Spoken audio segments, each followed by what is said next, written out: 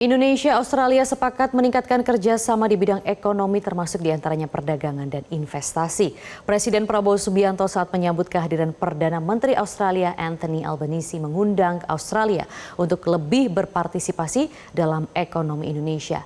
PM Australia dalam kesempatan ini menyatakan Indonesia diprediksi menjadi negara dengan ekonomi terbesar kelima di dunia.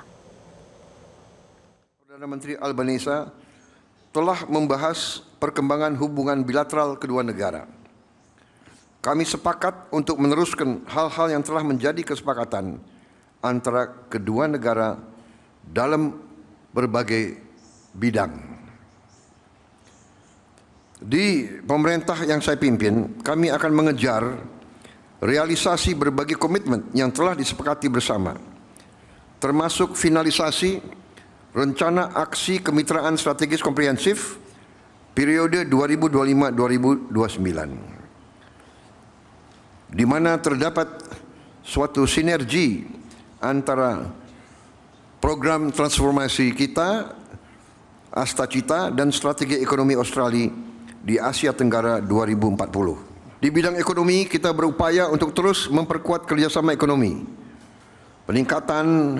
khususnya peningkatan perdagangan dan investasi.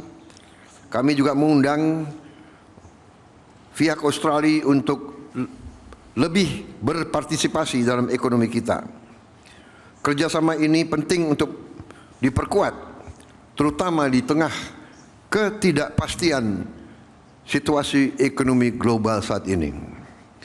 Dalam kondisi ketidakpastian ekonomi global, hubungan antara kita, Australia dan Indonesia, semakin penting dan akan semakin membawa manfaat bagi kedua negara kita dan kedua rakyat kita. Selanjutnya kami akan bekerjasama untuk meningkatkan kapasitas para petani dan UMKM kita.